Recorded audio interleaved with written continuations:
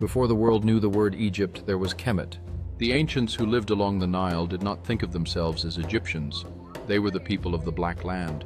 This name, carved in hieroglyphs as KMT, spoke not of race or politics, but of survival. For every year, when the great river rose and spilled over its banks, it left behind a gift that made life possible, a blanket of black, fertile soil. Against the backdrop of endless desert, this rich earth was the very foundation of their civilization. To the Egyptians, the Nile was more than water. It was a god, a force of eternity. The river's floods came with cosmic precision, tied to the rising of the star Sirius, which they called Sopdet. Each year, when Sirius first appeared in the dawn sky, the people knew the flood was near, and with it came the rebirth of their world.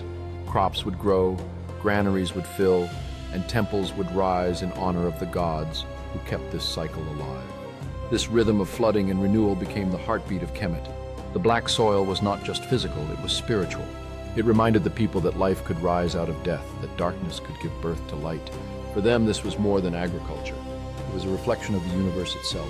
The concept of Ma'at, the principle of balance and order, was written into the land. Just as the soil returned each year to bring life, so too did the gods demand that order triumph over chaos. Pharaohs were seen as the guardians of this order. They prayed, sacrificed, and ruled in a way that kept the cycles turning. To fail in this duty was not just political collapse, it was cosmic disaster. If the Nile failed, Kemet would vanish, swallowed by the desert. This sacred cycle was so powerful that it shaped the Egyptian view of death itself. To them, dying was not an end, but a passage, just as the flood's dark waters passed and left new life behind. The Duat, the underworld, was imagined as a place of shadow and trial. Yet just as the Nile's black soil birthed new crops, so too did the soul emerge into new existence. Tomb walls painted with green fields and flowing waters symbolized this eternal harvest promised by the gods to the faithful. But as centuries passed, later generations misunderstood the meaning of Kemet. Some modern voices argue that the name proves Egypt was named for black people. Yet to the ancient mind, Kemet had nothing to do with skin color. Race as we know it did not exist in their worldview. Kemet meant the land, the soil, the life force of a people who lived between desert and river. They identified not by color, but by their relationship to the Nile, to the gods, and to the sacred balance of Ma'at. Still, the land itself was inseparable from identity. To be Egyptian was to be a child of the Nile. Without the river, there was no kingdom.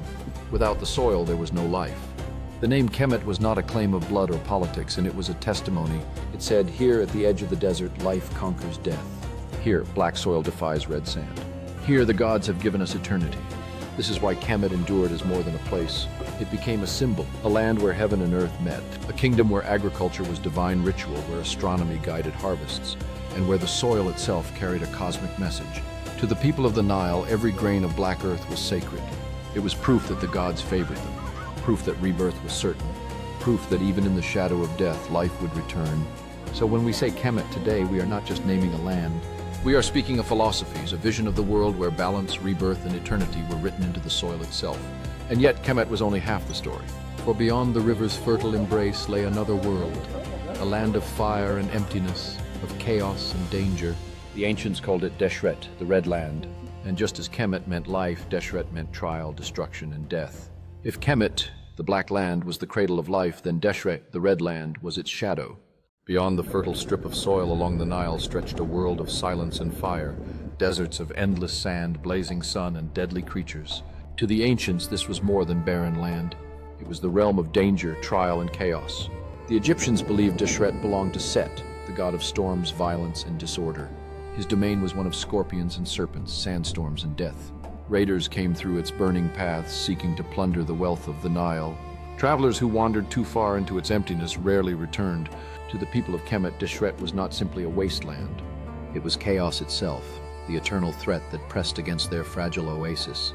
Yet paradoxically, Deshret also protected them. The very deserts that threatened life also shielded the kingdom from invaders. No great army could easily cross the burning sands. The Red Land was a barrier, a wall of nature that kept Kemet safe. This was the paradox the ancients lived with. The land of death was also a guardian of life. This duality was written into Egyptian myth and philosophy. Kemet, the Black Land, symbolized fertility, rebirth, and order. Deshret, the Red Land, symbolized destruction, danger, and chaos. Together they reflected the eternal struggle of the universe. Life could not exist without death. Order could not endure without chaos pressing against it.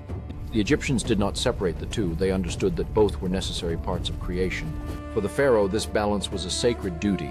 He was more than a king. He was the living embodiment of Ma'at, the order of the universe. His task was to ensure that Kemet thrived while Deshret was held back. Every temple, every ritual, every offering was meant to protect the balance. If the pharaoh failed, if the Nile's floods did not come, if crops withered, then chaos would swallow the Black Land. The desert would reclaim it, and Kemet would vanish. On temple walls and papyrus scrolls, Deshret was often painted in red, the color of danger, fire, and blood. Kemet was painted in black or green, the colors of life and resurrection. This was not artistic choice, but cosmic symbolism. The land itself was a map of eternity. Black soil for life, red sand for death, each forever pressing against the other. Even in death, this contrast shaped belief. The journey of the soul through the duat, the underworld, was imagined as a crossing between these two forces. To reach eternal life, the soul had to endure chaos, trial, and darkness, just as crops endured the flood before rising again. The Red Land, with all its terror, was not meaningless. It was the trial that gave rebirth its value. For thousands of years, this worldview shaped Egypt's destiny. When invaders came, they were often forced to cross Deshret, weakened, starving, broken by the sands. When drought struck and the Nile's floods failed, famine reminded the people that chaos was always waiting beyond the river. It was a constant reminder that life was fragile, that order had to be defended, and that Ma'at was not permanent, but earned each year through faith, ritual, and rule. So when we look at Egypt's monuments today, the pyramids, the temples, the tombs, we must remember that they were more than stone. They were shields against chaos. They were promises written in rock that Kemet would endure, that life would hold against the Red Land's hunger. In the end, this is the legacy of Kemet and Deshret, not just soil and sand, but the eternal drama of existence. Black against red, life against death, order against chaos. The Egyptians saw their world not as a fixed truth, but as a balance to be maintained, a struggle that never ended. And perhaps that is why the name Kemet still echoes today. It is not just a place on a map, nor a memory of pharaohs long gone.